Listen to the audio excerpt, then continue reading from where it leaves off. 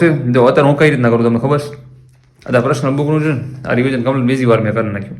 હવે હજી આને એકવાર મેં કરવાનું રિવિઝન, હજી એકવાર કરીશ ને એટલે 3 વાર કમ્પ્લીટ થાય. પછી આ બુક રહીને મોસ્ટ ઓફ ગોખાઈ ગઈ છે મગજમાં મને.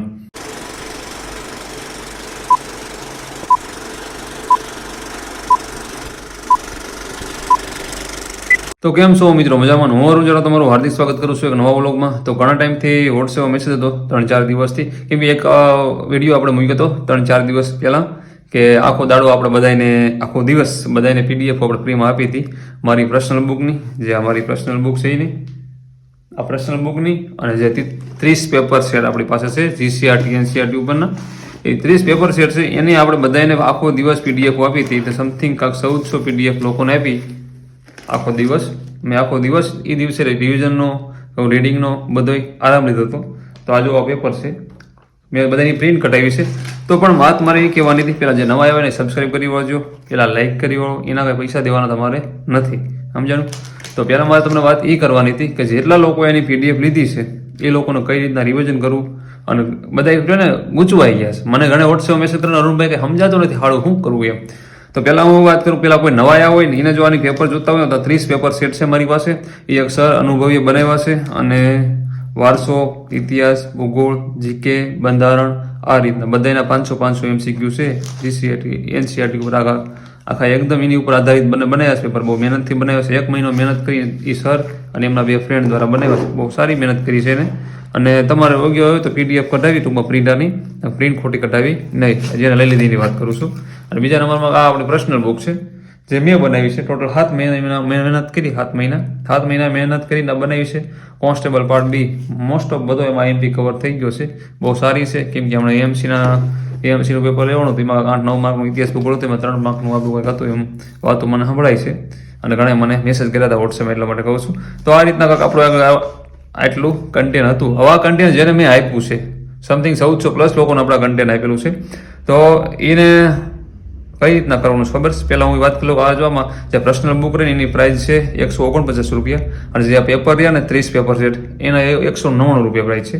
તમારે એકમાંથી જે કાંઈ લેવું હોય ને એ જે નીચે દેખાય ને આપણો વોટ્સએપ નંબર છે, ઉપર ગૂગલ પે નંબર છે, તમારે ગૂગલ પે કરી દેવાના, અને મને તમારો વોટ્સએપ મેસેજ મોકલવાનો, અરુણભાઈ આલ્યો એસએસઆનો તમને પૈસા પે થઈ ગયા છે. ફ્રીમાં કોઈ લેવા આવતા નહીં, કે ફ્રીમાં કોઈ વસ્તુ મળશે નહીં. અને ફ્રીમાં તમારે બીજું કંઈ જોતું હોય તો મારે બીજું કંઈ પડ્યું છે તમને કહીશ, મોકલીશ તમને, તો માંગજો મને વોટ્સએપમાં મેસેજ કરજો.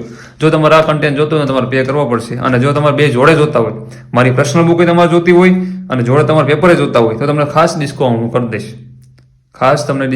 દઈશ. તો મને વોટ્સએપ મેસેજ કરજો, તમને ત્યાં આપણે વાર્તાલાપ કરી વાંચો. હવે વાત કરું રિવિઝનની. હવે રિવિઝન એ કરવાનું છે જો અત્યારે હું કઈ રીતના કરું તમને ખબર છે?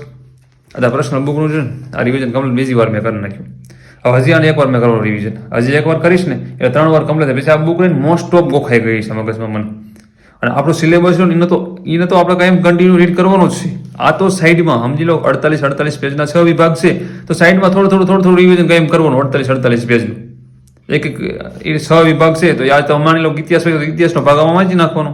એ રીતના રિવિઝન કરવાનું. આનું રિવિઝન કમ્પ્લીટ ઓકે થઈ જાય પછી આ પેપર ઉપાડવાનું. હવે માની લો કે એક પેપર છે આ ડાયરેક્ટ વારસાનું પેપર, એ સમજી લો 500 MCQ હોય, તો તમે વારસાનો સબ્જેક્ટ તમારે ચાલુ હોય, માની લો વારસો પૂરો થઈ ગયો અથવા વારસોમાં 2-3 દિવસ ચાલ્યો હોય, કાંઈ 150 MCQ ચાલુ રાખો, માઇન્ડ સોલ્વ કરવાનું. તમારે પેપર પૂરું થાય, ટૂંકમાં શું કે બુક પૂરી થાય ત્યારે તમારા પેપર આનું સોલ્વ થઈ જાય કમ્પ્લીટ.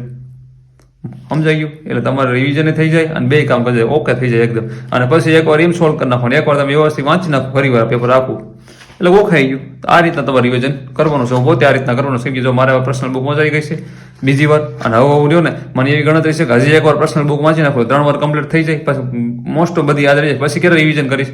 એક્ઝામ આવતા એકવાર રિવિઝન વ્યવસ્થિત કરીશ, ત્યાં હું નહીં કરું એમ. પેપર 3000 MCQ એ સોલ્વ કરવાની ગણતરી છે મારે.